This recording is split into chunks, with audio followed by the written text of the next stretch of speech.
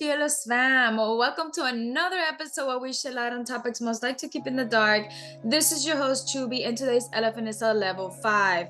I know it's been a long time, but hi, we're back.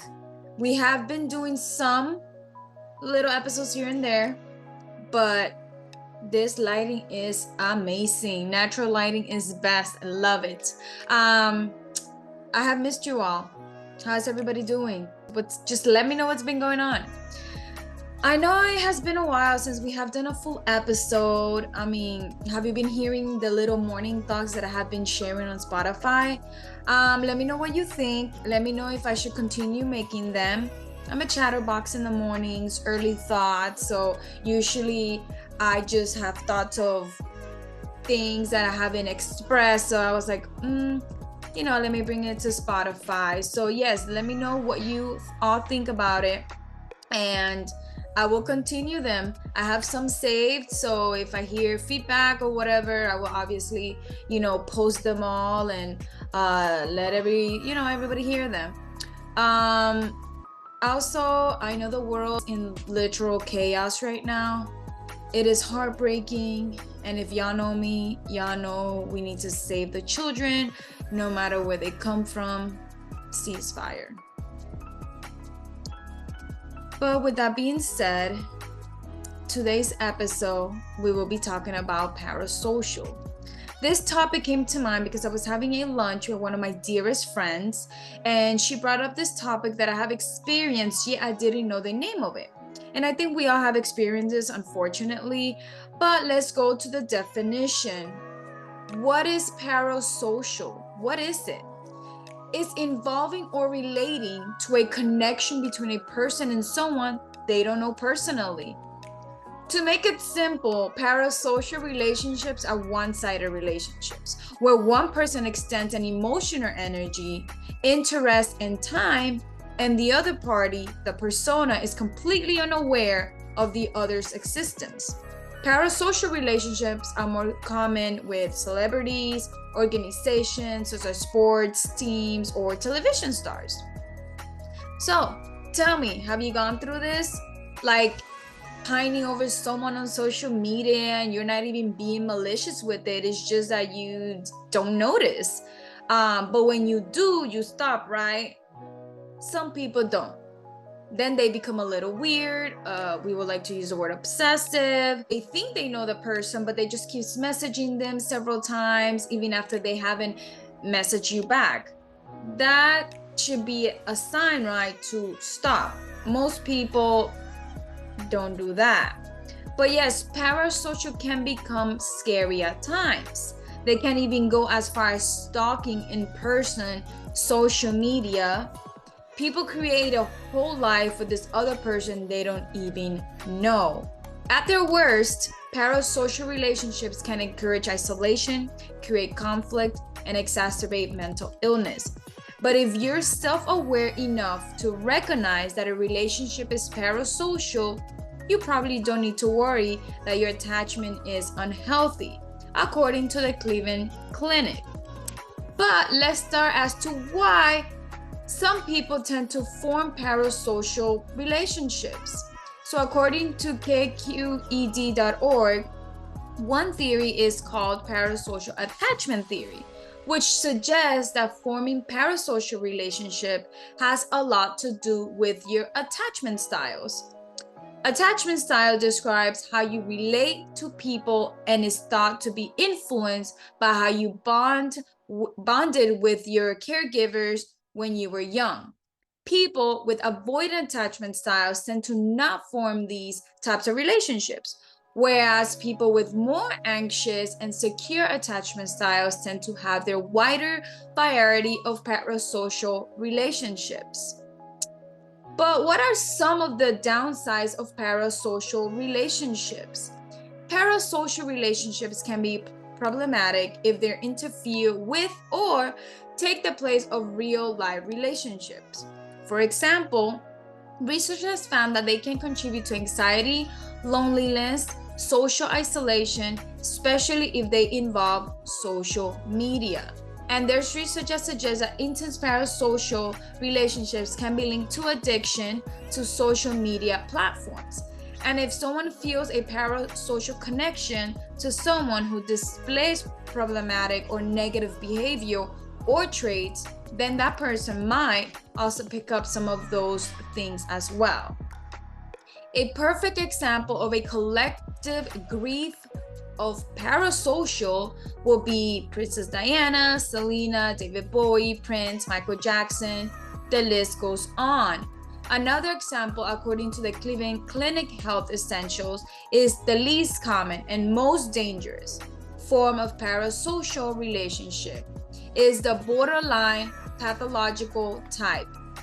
In these situations, a person can no longer control their thoughts, feelings, or in some cases, their behavior. A borderline pathological parasocial relationship may lead to stalking or violence. So a question to you, Fearless fam. Do you think parasocial relationship can be healthy? In some ways, parasocial relationship can appear safer because there's no risk of rejection, but there's also no possibility for a mutual relationship.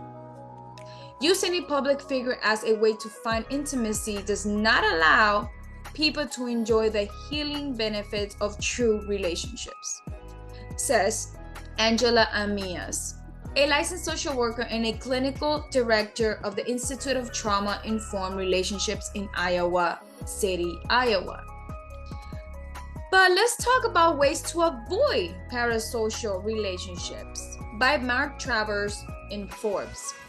So, acknowledging the illusion, celebrities project curated personas through media.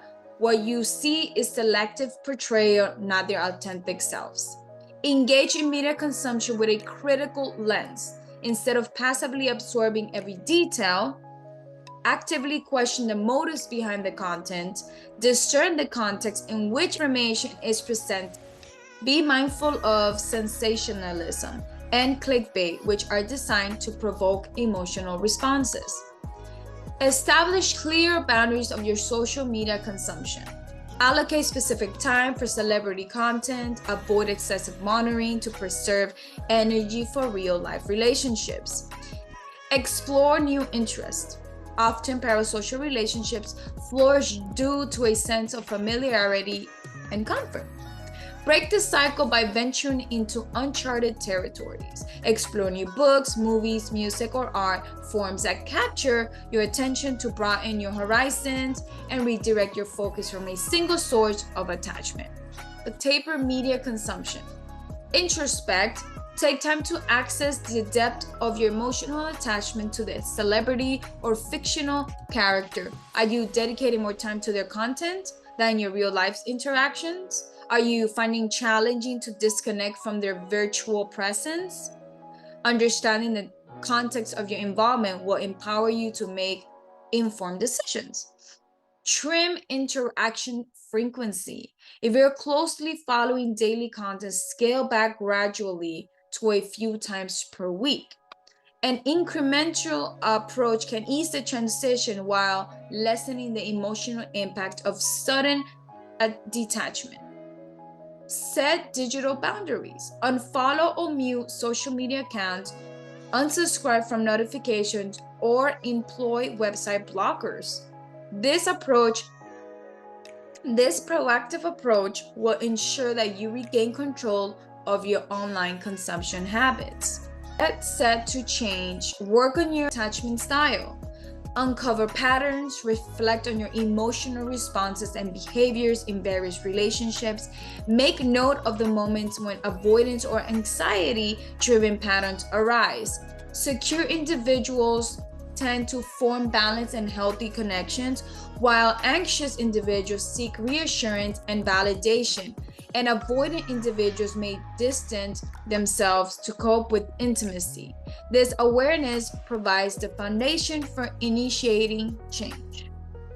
Challenge your assumptions. If you lean towards an avoidant attachment style, challenge the belief that emotional distance is protective shield. Ask yourself about the origins of this inclination and its impact on your relationships.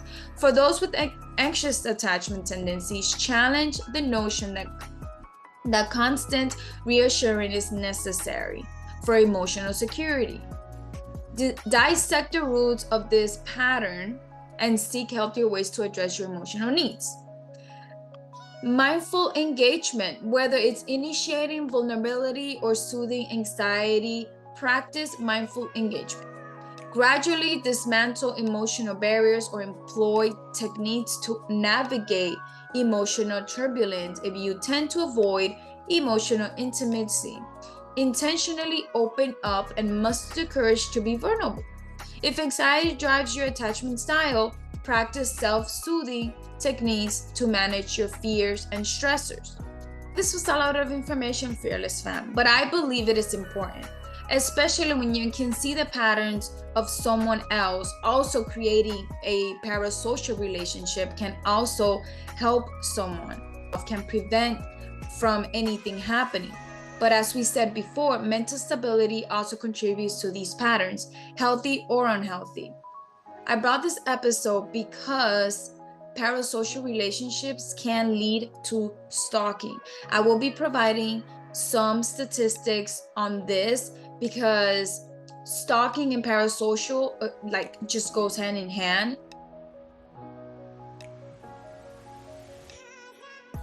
So I thought that I needed to share that with you all.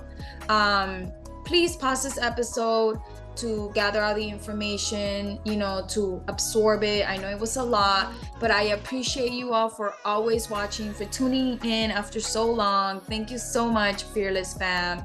I hope you enjoyed this episode. Just don't forget to subscribe, like, share, all the good stuff. Leave a comment if you liked the episode. And like I always say, stay fearless, everyone.